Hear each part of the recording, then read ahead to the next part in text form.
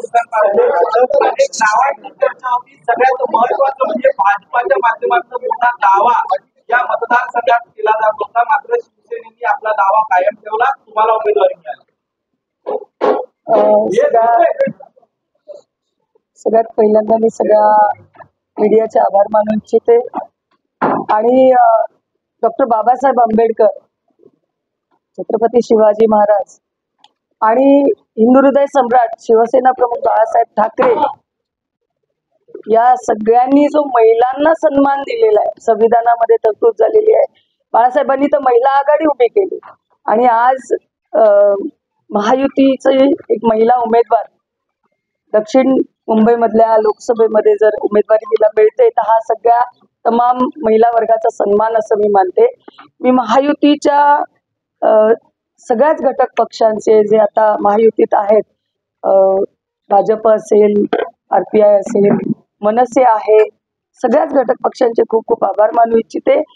त्याचबरोबरीनं यशवंत जाधव साहेब हे जवळजवळ 43 वर्ष या शिवसेनेमध्ये कार्यरत आहेत, सामाजिक कार्य करतायत आणि मला वाटतं ही उमेदवारी दक्षिण मुंबई लोकसभेला मिळालेली आहे आणि तो आम्हा सगळ्यांचाच सन्मान आहे असं मला वाटतं. दक्षिण मुंबईमध्ये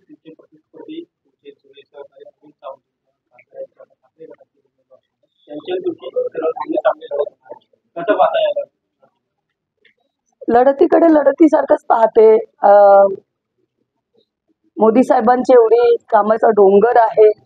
शिंदे साहेब, फडणवीस साहेब, अजित पवार साहेब यांनी तर मला वाटतं शिंदे साहेब तर भिंगरी सारखे अख्ख्या महाराष्ट्रभर फिरत होते. त्यांचाच वारसा घेऊन आम्ही चाललेलो. एका बाजूला आता जर दक्षिण मुंबईच्या लोकसभेचा विचार करता, एका बाजूला वारसा आहे आणि दुसऱ्या बाजूला विचारांचा वारसा आहे.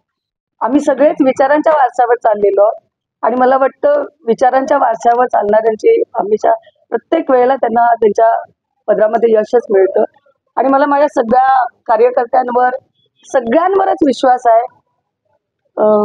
पुढचं आव्हान काय मला वाटत नाही तेवढं मोठं आहे.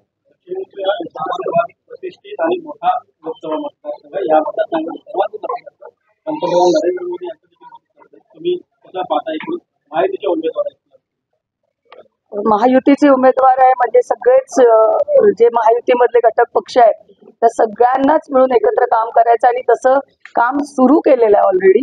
त्यामुळे मला नाही वाटत, मेहनत सगळीकडेच असणार आहे, आव्हान हे सगळीकडेच असतं. प्रत्येक निवडणूक ही आव्हानानेच लढायची असते. तेवढ्याच इझिली आणि तेवढ्याच ताकदीनं लढण्याचा आम्ही प्रयत्न करू आणि सगळ्यात महत्वाचं म्हणजे आमच्याकडे आमचा ब्रेन यशवंत जाधव साहेब आहेत, जे की निवडणूक सुरू झाल्यापासून भायखळा मतदारसंघामध्ये शिवसेनेचा आमदार निवडून आलेला नव्हता, पण या शिवसैनिकांनी आणि यशवंत जाधव साहेबांनी आणि बीजेपीने इथे तो इतिहास घडवून दाखवलेला आहे. तो इतिहास आपल्याला त्याचा दाखला पुढे आपण चालूच ठेवू.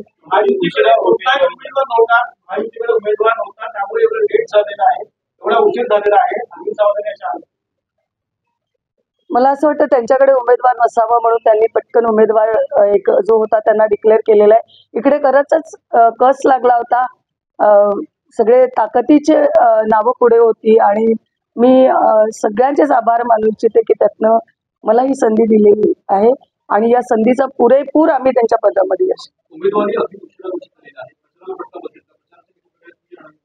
मला असं वाटतं की लोकप्रतिनिधीने केवळ निवडणूक विचारात घेऊन काम करू नये.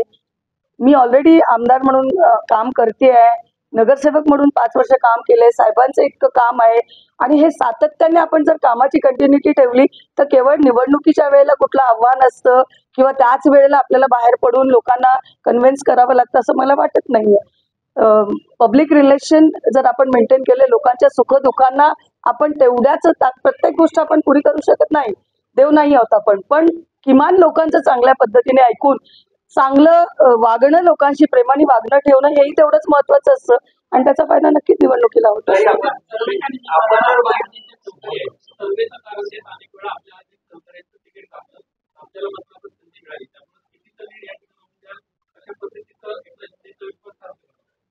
मी एवढंच सांगू शकते की शिंदे साहेबांनी आणि महायुतीच्या सगळ्या नेत्यांनी माझ्यावर, माझ्या सगळ्या इथल्या पदाधिकाऱ्यांवर जो विश्वास दाखवलेला आहे तो विश्वास कुठेही इंचभर कमी होणार नाही हे आपल्याला मी नक्की वाई देऊ शकतो. उमेदवारी काही वेळेला होती त्याला मात्र प्रचारसाहित्य तुमचं आधीच तयार झालेलं आहे. तयारी होती. तयारी होती असं म्हणायला हरकत नाही, कारण उमेदवार महायुतीचाच असणार आहे आणि जो उमेदवार होता तो उमेदवार ज्या वेळेला डिक्लेअर होईल त्यावेळेला भायखळा विधानसभेचे आमदार म्हणून माझी तेवढी जबाबदारी तर होतीच, पदाधिकाऱ्यांची जबाबदारी होती, त्या पद्धतीने नक्कीच तयारी होती.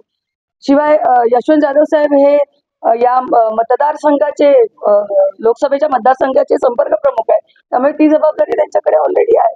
त्या पद्धतीने ऑलरेडी तयारी आमची होतीच. दक्षिण मुंबईतल्या मतदारांचे अनेक प्रश्न आहेत, ते मार्गी लावण्यासाठी तुमच्याकडे काय विकासाचा अजेंडा असणार आहे? मतदारांकडे काय तुम्ही मतं मागणार आहे? काय मतं मागण्यापेक्षा कामं जी केलेली आहेत, जी सरकारने कामं केलेली, मोदी सरकारने कामं केलेली आहेत आणि उगाच नाही, लोकांचा विश्वास आहे मोदी साहेबांवर, म्हणून लोक म्हणतात अब की बार 400 पार, आणि वारंवार मोदी सरकार असंही म्हणतात. सो मला असं वाटतं की आजचा मतदार हा सुजाण आहे, अतिशय उत्कृष्ट त्याची जाण आहे, कोण काय करतं, आणि सिंपतीवर मला वाटत नाही निवडणुका जिंकता येतात. सिंपती हे टाइम बिंगचा एक तो पार्ट असतो आणि लोक जाताना 10दा विचार करत असतात की आपल्याला काय या सरकारकडनं मिळालं, किंवा हा स्पेशली हे उमेदवार, या पक्ष त्यांच्याकडनं काय आपल्याला मिळालंय हे नक्कीच विचार करत असतात. उमेदवारी असणार? पक्ष सगळेजण बसून ठरवू. धनुष्यबाण पण मशाल अशी लढाई असणार आहे. एकाच सूचनेचे दोन कार्य कसं होतं? शिवसेना मला वाटतं शिंदे साहेब ज्याचे नेते आहेत, प्रमुख नेते आहेत, ती शिवसेना आहे. धनुष्यबाण आमच्याकडे आहे, त्यामुळे मला दुसऱ्या कुठल्या शिवसेनेचा विचार करण्याची गरज वाटत नाही.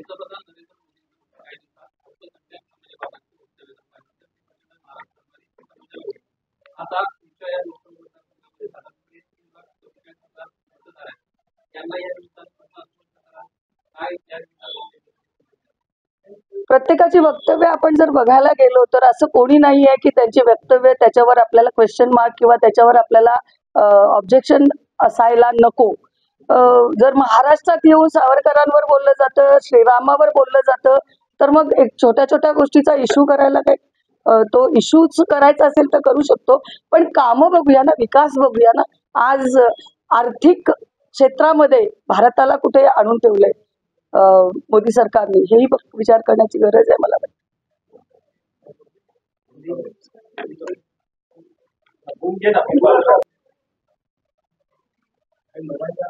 आणि मी सर्वप्रथम म्हणजे आता आपण सर्व माध्यमांचे सर्व प्रतिनिधी इथे आलात, तुमचं मनापासून आभार मानतो. त्याचप्रमाणे आमच्या युतीचे आमचे मुख्य नेते एकनाथजी शिंदे साहेब, आदरणीय देवेंद्रजी फडणवीस साहेब, अजितदादा पवार साहेब, आदरणीय राजसाहेब ठाकरे साहेब, या सगळ्यांचं मनापासून आभार मानतो. आदरणीय रामदास आठवले साहेब यांचं सुद्धा आभार मानतो. घटक पक्षातील सर्व नेत्यांचा आभार मानतो. आणि ही उमेदवारी जी मिळालेली आहे त्याचं निश्चितपणे आम्ही सोनं करून दाखवू, एवढंच या प्रसंगी सांगतो. धन्यवाद. शिवसेना जय भवानी, जय शिवाजी. शिवसेना उपनेते यशवंत जाधव साहेबांचा, खासदार यामिनी जाधव यांचा, जय भवानी, जय शिवाजी. परमपूज्य बाबासाहेब आंबेडकरांचा.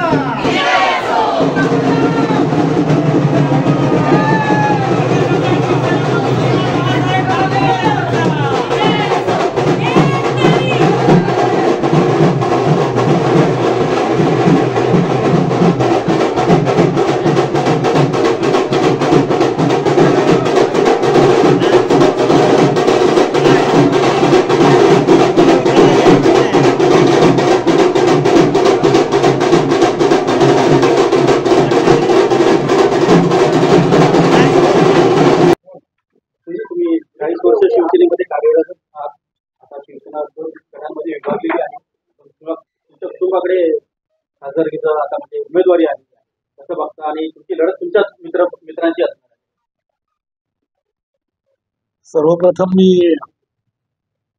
महाराष्ट्राचा आराध्य दैवत छत्रपती शिवराय परमपूज्य नेते भारतरत्न डॉक्टर बाबासाहेब आंबेडकर यांना या ठिकाणी खऱ्या अर्थानं नतमस्तक होतो यांच्या आणि आदरणीय शिवसेना प्रमुख बाळासाहेब ठाकरे यांच्या विचारांचा वारसा घेऊन आम्ही चाललेले सगळेजण आहोत आणि यामध्येच आदरणीय मुख्यमंत्री एकनाथ शिंदे साहेब, आदरणीय देवेंद्रजी फडणवीस, आदरणीय अजितदादा पवार, महायुतीचे सर्व नेते आणि सगळ्यात महत्वाचं म्हणजे गेली 10 वर्ष ज्यांनी यशस्वीपणे हा देशाला उंचीवर नेण्याचं काम केलं अशा आदरणीय पंतप्रधान नरेंद्रजी मोदी यांच्या आशीर्वादानं आज दक्षिण मुंबईमध्ये आमदार या विभागाच्या यामिनी जाधव यांना महायुतीच्या उमेदवार म्हणून उमेदवारी मिळालेली आहे. मी सर्वप्रथम त्या सगळ्यांचं मनापासून आभार मानतो आणि आनंद तर निश्चित आहेच, आनंद आहे, कार्यकर्त्यांमध्ये उत्साह आहे आणि कार्यकर्त्यांनी गेली 10 वर्ष कार्य करत नाहीत तर या विभागातील सर्व दक्षिण मुंबईतील जनतेने जे काय सोचलंय गेल्या 10 वर्षामध्ये, जे काय त्यांना अंधारात ठेवलं गेलं, गेल्या 10 वर्षामध्ये जो विकास झाला नाही, गेल्या 10 वर्षामध्ये कोण खासदार हे ज्यांना दिसलं नाही,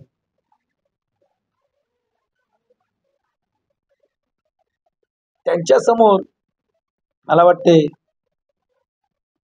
लढायचंय आणि लढताना हे संपूर्णपणे सर्व लोकांसमोर आणून आम्हाला विकास कसा करायचा, आम्ही विकास कसा करणार आहोत हे लोकांना सांगून आम्ही लोकांसमोर जाणार आहोत आणि लोकांना नम्रतेचं आवाहन करणार आहोत की जी गेली 10 वर्ष आपण सोचलं तर ह्यापुढे तुम्हाला सोचावं लागणार नाहीये.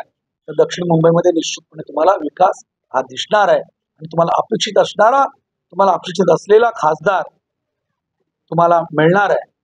त्यामुळे तुम्ही निश्चितपणे महायुतीच्या ज्या उमेदवार आहेत यामिनी जाधव यांनाच निवडून द्यावं अशा पद्धतीने आम्ही सुरुवात करू. मित्रपक्ष भाजपचे देखील अनेक उमेदवार इच्छुक होते, उमेदवारी तुम्हाला मिळाली, त्यामुळे कुठेतरी भाजपची नाराजी असेल का, असेल तर कशी दूर करा? मला वाटतं यामध्ये नाराजी होण्याचा काही आवश्यकताच नाहीये.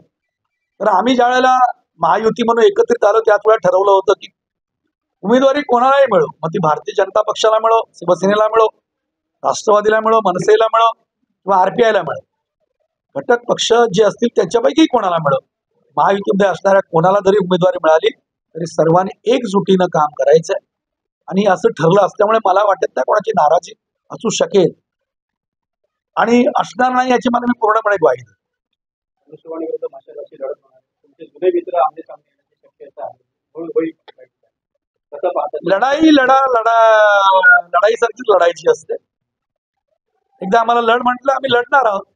त्यामुळे समोर कोण आहे, समोर काय आहे हे बघण्यापेक्षा आपली लढाई महत्वाची आहे आणि ती जिंकणं हे महत्वाचं आहे. त्यामुळे लढाई आम्ही लढणार, लढाई जिंकणार.